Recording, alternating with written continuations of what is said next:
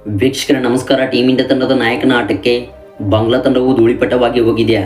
ಹೌದು ವೀಕ್ಷಕರೇ, ಇಂದು ನಡೆದ ಪಂದ್ಯದಲ್ಲಿ ಸೂರ್ಯಕುಮಾರ್ ಯಾದವ್ ಅವರು ಭರ್ಜರಿಯಾಗಿ ಬ್ಯಾಟಿಂಗ್ ಮಾಡಿದ್ದು, ಹಾಗೆ ವೀಕ್ಷಕರೇ ಈ ಒಂದು ಬ್ಯಾಟಿಂಗ್ ಮಾಡಿದ ಬಾಂಗ್ಲಾ ತಂಡದ ಬೌಲರ್ಸ್ಗಳು ತತ್ತರಿಸಿ ಹೋಗಿದ್ದಾರೆ. ಇನ್ನು ವೀಕ್ಷಕರೇ ಈ ಒಂದು ಭರ್ಜರಿಯಾದ ಬ್ಯಾಟಿಂಗ್ ಮೂಲಕ ಸೂರ್ಯಕುಮಾರ್ ಯಾದವ್ ಅವರು ಮತ್ತೊಂದು ವಿಶ್ವ ದಾಖಲೆ ನಿರ್ಮಿಸಿದ್ದಾರೆ.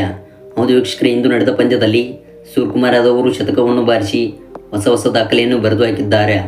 ವೀಕ್ಷಕರೇ, ಈ ವಿಡಿಯೋದ ಸಂಪೂರ್ಣ ಮಾಹಿತಿಯನ್ನು ತಿಳಿಯೋದಕ್ಕಿಂತ ಮುಂಚಿತವಾಗಿ ಟೀಮ್ ಇಂಡಿಯಾ ತಂಡದ ನಾಯಕನಾಗಿರುವ ಸೂರ್ಯಕುಮಾರ್ ಯಾದವ್ ಅವರ ಈ ಪ್ರದರ್ಶನಕ್ಕೆ ದಯವಿಟ್ಟು ಈಗಲೇ ವಿಡಿಯೋಗೊಂದು ಲೈಕ್ನ ಮಾಡಿ, ಹಾಗೆ ದಯವಿಟ್ಟು ಕಾಮೆಂಟ್ ಬಾಕ್ಸಲ್ಲಿ ಮುಂಬರುವಂಥ T20 ವರ್ಲ್ಡ್ ಕಪ್ಗೆ ಸೂರ್ಯಕುಮಾರ್ ಯಾದವ್ ಅವರು ಟೀಮ್ ಇಂಡಿಯಾ ತಂಡವನ್ನು ನಾಯಕರಾಗಿ ಮುನ್ನಡೆಸಬೇಕಾ ಅಥವಾ ಬೇರೆ ಆಟಗಾರನು ಮುನ್ನಡೆಸಬೇಕಾ ಎಂಬುದನ್ನು ದಯವಿಟ್ಟು ನಿಮ್ಮ ಅನಿಸಿಕೆಗಳು ಹಾಗೂ ಅಭಿಪ್ರಾಯಗಳನ್ನು ಕಾಮೆಂಟ್ ಬಾಕ್ಸಲ್ಲಿ ವ್ಯಕ್ತಪಡಿಸಿ.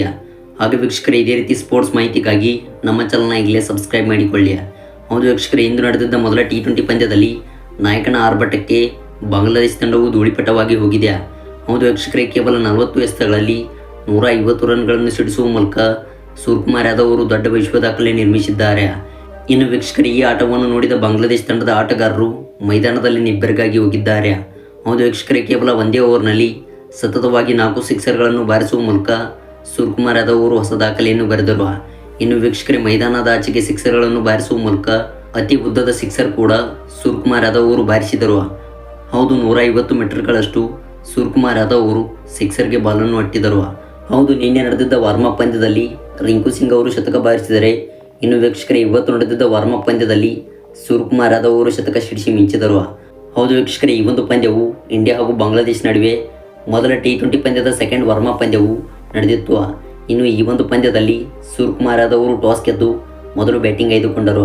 ಇನ್ನು ವೀಕ್ಷಕರೇ, ಅದರಂತೆ ಬ್ಯಾಟ್ ಮಾಡಿದ ಟೀಮ್ ಇಂಡಿಯಾ ತಂಡವು 20 ಓವರ್ಗಳಲ್ಲಿ 225 ರನ್ ಕಲೆ ಹಾಕಿ 4 ವಿಕೆಟ್ ಕಳೆದುಕೊಂಡಿದೆ.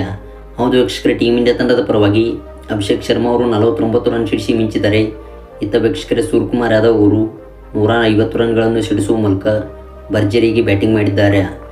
ಇನ್ನು ವೀಕ್ಷಕರೇ, ಈ ಒಂದು ವಾರ್ಮಪ್ ಪಂದ್ಯದಲ್ಲಿ ಸೂರ್ಯಕುಮಾರ್ ಯಾದವ್ ಅವರು ಸಿಡ್ಲಬ್ಬರದ ಬ್ಯಾಟಿಂಗ್ ಮಾಡುವ ಮೂಲಕ ಬಾಂಗ್ಲಾದೇಶ ತಂಡದ ಆಟಗಾರರಿಗೆ ಮೊದಲ T20 ಪಂದ್ಯಕ್ಕಿಂತ ಮುಂಚಿತವಾಗಿ ಎಚ್ಚರಿಕೆ ಕೊಟ್ಟಿದ್ದಾರೆ. ಇನ್ನು ಈ ಒಂದು ಗರಿಷ್ಠ ಮೊತ್ತದ ಸ್ಕೋರ್ ಬೆನ್ನಟ್ಟಿದ ಬಾಂಗ್ಲಾ ತಂಡವು ಕೇವಲ 150 ರನ್ಗಳಿಗೆ ಆಲ್ಔಟ್ ಆಗಿ ಹೋಯಿತು. ಹೌದು ವೀಕ್ಷಕರ, ಮೊದಲ ವಾರ್ಮಪ್ ಪಂದ್ಯದಲ್ಲೂ ಕೂಡ ಬಾಂಗ್ಲಾದೇಶ ತಂಡವು ಹೀನಾಯವಾಗಿ ಸೋಲು ಕಂಡರೆ, ಇದೀಗ ವೀಕ್ಷಕರ ಸೆಕೆಂಡ್ ವಾರ್ಮಪ್ ಪಂದ್ಯದಲ್ಲಿ ಮತ್ತೆ ಬಾಂಗ್ಲಾದೇಶಿಗಳು ಈ ಒಂದು ಪಂದ್ಯದಲ್ಲೂ ಕೂಡ ತತ್ತರಿಸಿದರು. ವೀಕ್ಷಕರ, ಇವತ್ತಿನ ವಾರ್ಮಪ್ ಪಂದ್ಯದ ಅಪ್ಡೇಟ್ಸ್ ಇದಾದರೆ, ಇನ್ನು ವೀಕ್ಷಕರೇ ಬರುವಂಥ 6 ಅಕ್ಟೋಬರ್ನಿಂದ ಮೊದಲ T20 ಪಂದ್ಯವು ಆರಂಭವಾಗಲಿದೆ. ಹೌದು ವೀಕ್ಷಕರೇ, 3 T20 ಪಂದ್ಯಗಳ ಸರಣಿಯಲ್ಲಿ 2 ತಂಡಗಳು ಕಣಕ್ಕಿಳಿಯಲಿವೆ.